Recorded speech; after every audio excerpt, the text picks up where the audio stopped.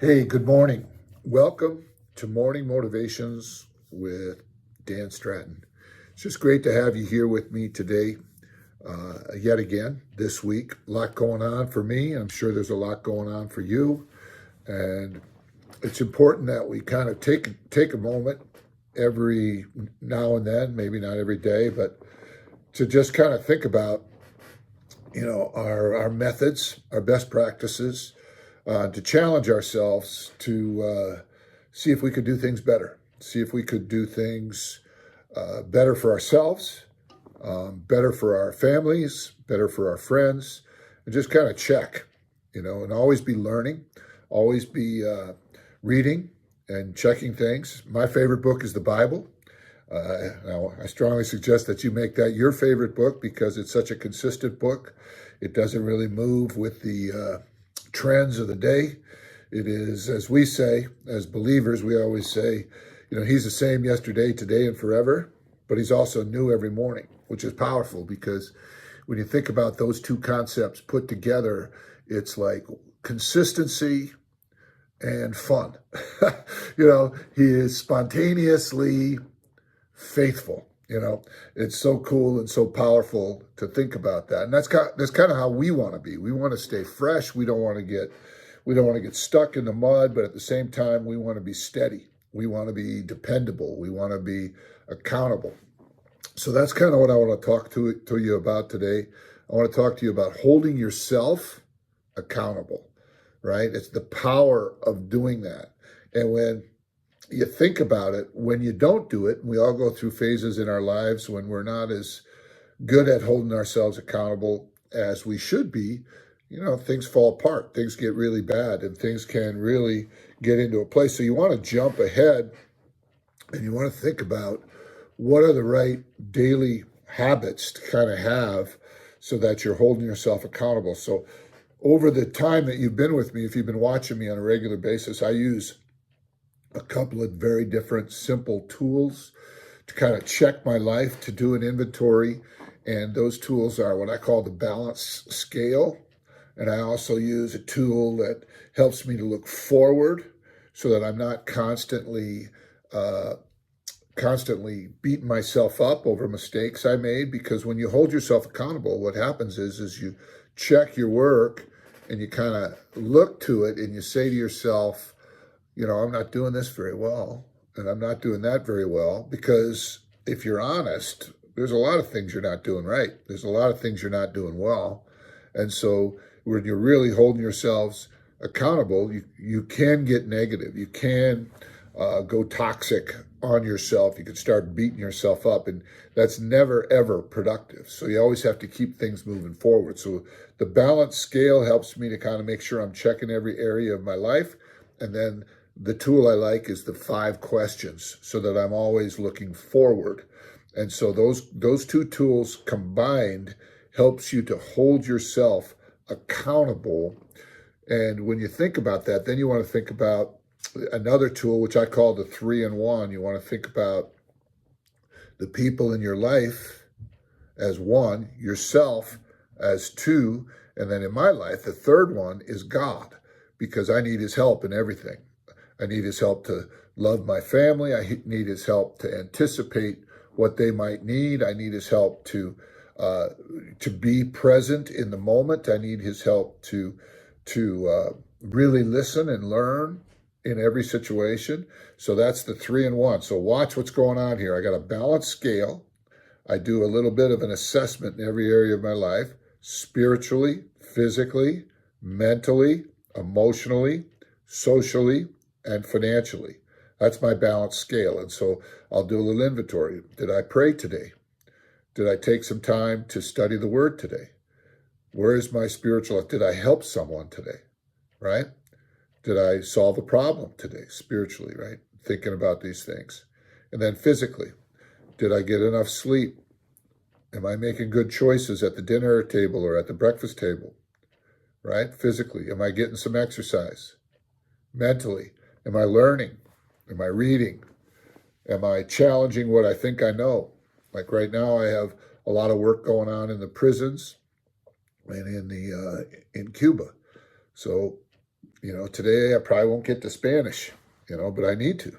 That's a mental challenge for me, emotionally, right? Am I loving my wife and my daughter and my son-in-law and my grandson? Am I loving the people at church? Am I okay? How do I feel? Doing a little bit of an inventory. Sometimes, I don't know, for almost no reason at all, I'll get this feeling of I'm missing something, this dread feeling, like, what am I missing? Is there a bill I got to pay? Is there a deadline I got to hit? Something, like I'll get that. So I'll check in with my spirit, and I'll check in with my emotions, that feeling I have on the inside, and I want to kind of address it. But if you don't do a balanced scale like this, you never check in. These things are just kind of sitting there, and you don't address it, so you don't solve it. You don't hold yourself accountable to fix it. It just sits, and it just bugs. And then what that'll do is that'll cause you to make a bad decision because you're not really addressing the pain. It's not like a broken arm. It's not like a pain you can't ignore. It's a pain you can ignore, but the pain is still there, and it causes you to be a little distracted. It causes you to be less present. It causes you to be, foggy in your decision making. So you walk through that. And then the next one is socially. So you're checking in with your relationships, you're prioritizing your relationships. For me, I start with God, and then it's my wife, right? Those are my two top relationships. And then I have my family, my daughter, etc. Then that extends out to my brothers and sisters, my mom. My dad's in heaven now. And so but then I have my church, then I have my friends. And all these things are very valuable to me. And socially is not just that, it's also making new friends. It's networking, because that stuff grows your life. And then finally, I see if I have financial pain. Are the bills paid? I'm holding myself accountable in all those areas. Am I setting goals? Am I getting stronger? And am I doing that? And I'm being honest with myself, because if I don't break my life down like that, I'll have a tendency to focus on just one area. Like, I've been trying to lose weight for forever. Like I always tell people, I've lost 4,000 pounds, because I've lost 40 pounds 100 times.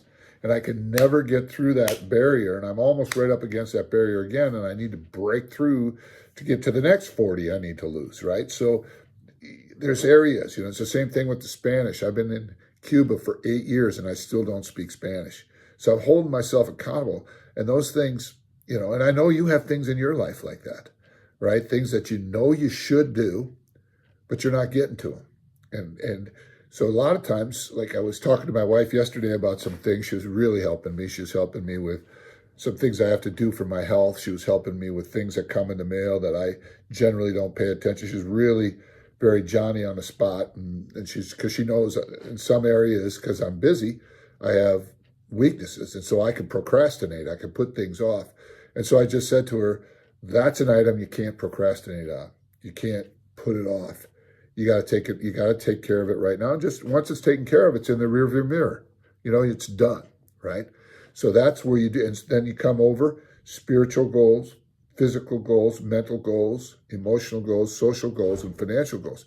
And I just talked about my wife. It's important that the people in your life that you love and care about, that you hold close and that you hold dear, you got to allow them to help you to hold yourself accountable. It's not easy. I'm not good at it. I'm really not good at it. I'm an oldest son. I've been a leader most of my life. And so I'm not good at it. So I'm telling you what you need to do, even though I stink at it. I don't really take coaching as well as I give it, which is really kind of a hard thing to admit, maybe. I'm teachable. I was always a teachable athlete, a teachable singer, actor, things like that. I'm teachable, but in some ways, I'm not that coachable. It's kind of a weird kind of a differentiation, and my wife points it out all the time. She says, you're not really listening here, you're not listening to make the adjustment, right? And so I say this to you because you want to have people in your life that will help you to hold yourself accountable. It's really key, because what will happen is you'll find over time, if you're resistant to help and you're resistant to other people holding you accountable, then all of a sudden you'll find yourself in a vacuum where nobody's helping you. Nobody's making suggestions. And that will put you in a place where you have blind spots. It's really scary. You don't want to be there. You want to have people who care about you enough and who feel comfortable enough to just say, hey, bud, you could do this better. You could do this better, right? It's annoying to me, like if I'm out to dinner and I want to eat something, but she also knows I want to lose weight, but I still want to have, a baked potato or something like that. It's like, she's like, why would you do that? Be stronger than that. And I'm like, I don't want to be stronger than that right now. I want to have that baked potato, and it's like the power of making room for holding yourself accountable, setting up a system. I guess I'm being a little too transparent today. I'm just saying it's so powerful and the results. And so you got to think about it. If you don't do it spiritually, you're not going to be balanced. You're not going to be objective. You're not going to be at peace. If you don't do it physically, you're going to die young. If you don't do it mentally, you're going to end up solving problems over and over and over again that should have easily been solved 10 years ago. If you don't do it emotionally, everybody around you and you yourself are going to be distracted on a constant basis because you're not going to address all the little things. And you're not going to be as loving, and you're not going to be as affectionate. You're not going to be as kind. And if you don't do it socially, then you're going to lose friends. You're going to get estranged from the people that you care about in your life. And you don't want to be estranged from your siblings. You don't want to be estranged from your children or your spouse. You don't want that. And then if you don't do it financially, at some point, the money will just slide all over the place, and it won't be where you need it to be when you need it to be there. So there you go.